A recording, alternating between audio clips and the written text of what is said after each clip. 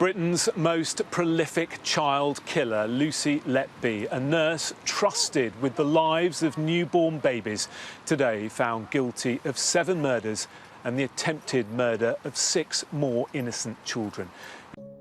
The serial killer nurse, Lucy Letby, will never be released from prison after she was sentenced to a rare whole life term for the sadistic murders of 7 babies. The former nurse, Lucy Letby, has been found guilty of murdering 7 babies and attempting to kill 6 others at the Countess of Chester Hospital between June 2015 and June 2016. Babies who seemed to be doing reasonably well would suddenly collapse. Lucy Letby was the common factor. The verdicts make the 33-year-old Britain's most prolific baby killer. Letby, who is Britain's worst child serial killer, refused to leave the court cells as the parents of her newborn victims described the horrifying impact of her crimes.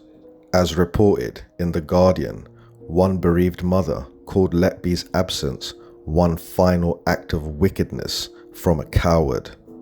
A father, sobbing, said the murder of his 2 identical triplet sons had torn his family apart, leaving him wanting to take his own life and ruining their trust in medical professionals. It has destroyed me as a man and as a father, he said.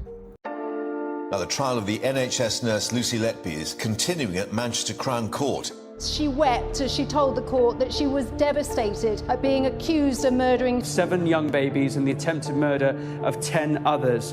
Asked by her defence lawyer if she'd done anything wrong, no, she replied. She told the jury that she'd only ever done her best to care for the babies.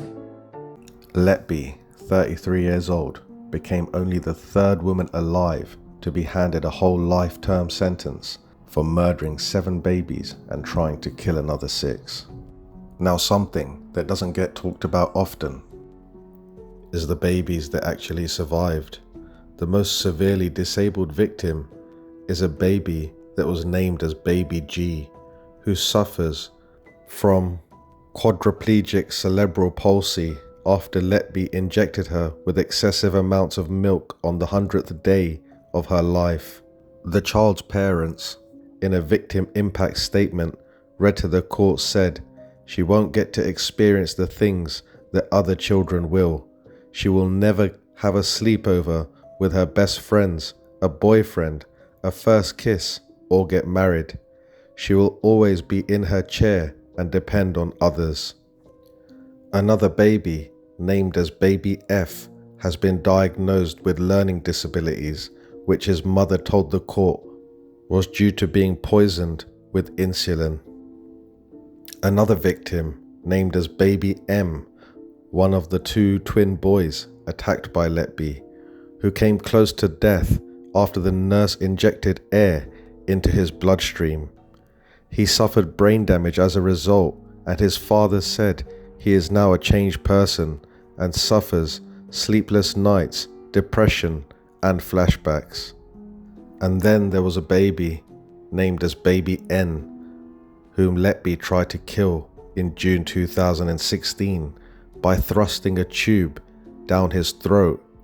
He gags when he brushes his teeth now and is sometimes sick when he eats, which his mother believes is due to what Letby did to him. Now, why did Letby get away with this for so long? So many babies' lives could have been saved if action was taken earlier. Why is it that the people at the top of the NHS were not taking this seriously? When information was given to them about Letby, why did they not investigate the situation properly? And why were the police not alerted as soon as possible? Why were there so many delays in reporting Lucy Letby to the authorities? How did she get away with this for so long? Is it because the people at the top of the NHS were not taking anything seriously? Is it because they were not doing their jobs properly? Now, apparently, hospital executives were alerted about this information repeatedly, but they did not take any of it seriously. During the trial, the court heard that a number of paediatricians who worked alongside Miss Letby, including Dr. Breary, had repeatedly alerted hospital executives regarding their concerns about the nurse. Now, these executives, if they took action immediately, or if they started an investigation immediately, then some of these children would have been going to school right now. Why did the executives not do anything? They are earning approximately £75,000. Now, with that sort of salary, surely they should be more competent than they have been. Their behavior is completely unacceptable. Babies' lives could have been saved if they just done their jobs properly. Let's not forget the NHS's priority is supposed to be saving people's lives, not taking them. These executives are supposed to be in charge of newborn babies, and yet they can't even do a simple thing like report a crime to the police or even suspicion to the police. After hearing about this Lucy Letby case, I really do worry about the NHS. I really do worry, and have people thought about how many more killers there could be working for the NHS? Daily, people die in hospitals around the country. Now, how do we not know that there's not more people like Lucy Letby working in these hospitals? What if there are doctors and nurses hidden in plain sight that are doing exactly the same thing? If Lucy Letby got away with this for so many years, how many other people working in NHS hospitals are doing bad things to patients? And even if other nurses and doctors have been reported to the executives, we all know now that they do not take things seriously. And some of you may be thinking, top level, why do you think there could be more nurses doing such a thing? Just because there's been Lucy Letby who's let everybody down, it doesn't mean they're all the same. But guys, history tells us that this is not the first person that's done such a thing. In 1991, there was a nurse named Beverley Allitt, and she murdered 4 babies that are in her care. The killer worked at Grantham Hospital in Lincolnshire and was caught after medical staff raised the alarm over the deaths. The former nurse Beverley Allitt begins a sentence without end tonight for murdering 4 children in her care and for injuring 9 others. She was given life 13 times over and was told there was no real chance of her ever being free again. Now, Beverley Allitt was nicknamed the Angel of Death. She left school in 1987, aged 18, and began her nurse training at Grantham College with just a handful of qualifications. Medical records from 1985 show Beverley to be a psychologically disturbed individual who was prone to self-harm. She was the only student nurse from her course who failed to get a job and was often absent from her studies due to illness. Allitt was offered a 6-month contract at Grantham and Kesteven Hospital despite being underqualified. She began her role in 1990 due to severe staff shortages on Ward 4 where children were cared for. By 1991, at the age of 22, Allitt went on a deadly killing spree on the children's ward. She committed the murders either by insulin or potassium overdose, or injecting an air bubble into the bloodstream, which can cause a lung to collapse. Police and medical staff were initially unable to establish how the crimes were carried out. Doctors have since shared the belief that Allitt suffered from a psychological disorder. The disorder involves inflicting or faking physical or psychological symptoms for attention. An escalation of the syndrome involves harming others to create attention. Now, who were her victims? There was a baby named as Liam Taylor, who was just 7 weeks old and was admitted with a chest infection. He began to improve after being given antibiotics, but after his parents were sent home to rest, he mysteriously took a turn for the worse.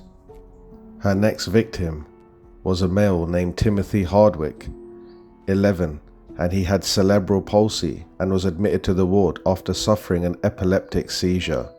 He fell asleep with his breathing and heart rate stable, but just 30 minutes later, Allitt raised the alarm that he was dying. Attempts to restart his heart were made, but he died on March the 5th, 1991. And then there was Becky and Katie Phillips. Becky Phillips, 2 months old, was admitted to the ward on April 1991. She was given an insulin overdose by Allitt and died at home 2 days later. Doctors were concerned that whatever had caused Becky's death could also affect her identical twin Katie, so she was admitted to hospital for monitoring. This genuine concern actually put Katie in harm's way and in direct contact with Allitt. Within hours, the nurse attempted to kill Katie 4 times by suffocation and injection of insulin and potassium. Katie was put on life support, suffered epileptic fits, and was eventually transferred to Queen's Medical Centre, away from the nurse who had attempted to kill her. Now she was left epileptic and paralysed as a result of Allitt's actions. There was another victim named Claire Peck, who was 15 months old and was admitted to the ward after suffering an asthma attack on April 22nd, 1991. After being put on a ventilator, she was left in Allitt's care and then went into cardiac arrest. Claire was resuscitated but died after a second episode of cardiac arrest during an interval when she was left alone with Allitt again. The toddler became the 4th child to die on the ward in 2 months. And then there was Kaylee Desmond, who almost died when Allitt injected her with air at the Grantham and Kesteven Hospital, Lincolnshire, in 1991. She was resuscitated after being injected with an air bubble that caused her lungs to collapse and triggered 2 cardiac arrests. Her mum Sharon said in 2018, "You take a child to hospital and you think they are in the best place. This cannot be put into jeopardy. The families of Allitt's victims can never get over what she did." She also revealed that Kaylee, who was left with severe learning difficulties after the attack, was on antidepressants to treat anxiety, as she fears Allitt will come back to get her. There was at least 5 other children, aged between 2 months and 5 years old, who survived twisted attacks from Allitt. Now some of you may be wondering, where is Beverley Allitt now? Well, she has been serving her prison sentence at the Rampton Secure Hospital since 1993. She was found guilty on May 28, 1993, and given 13 life sentences with a minimum of 30 years. Allitt was convicted of 4 counts of murder, 3 attempted murders, and 6 counts of GBH. She has since admitted in writing to all 13 crimes that she was convicted for, though she pleaded not guilty at the trial. Allitt was caught after medical staff raised the alarm when the number of cardiac arrests on the children's ward raised suspicions. Police were finally called on April the 30th, 1991, and detectives examining the nursing timesheets for all the deaths and events found that one name appeared every time: Beverley Allitt. Allitt was suspended from duties immediately as investigators began to examine each individual case. The one that stood out to them the most was a male named Paul Crampton. The pathology report revealed that Paul had 43,147 milliunits of insulin in his blood, one of the highest levels ever found in a human. Police believed that Allitt had injected a whole adult syringe of insulin into his body. The pages from the ward allocation log at the time of Paul's admission had been ripped out and were later found at Allitt's house during a search. Investigators concluded that syringes full of insulin or potassium chloride were Allitt's favorite weapons, the drugs either inducing lethal hypoglycemia or cardiac arrests in the victims.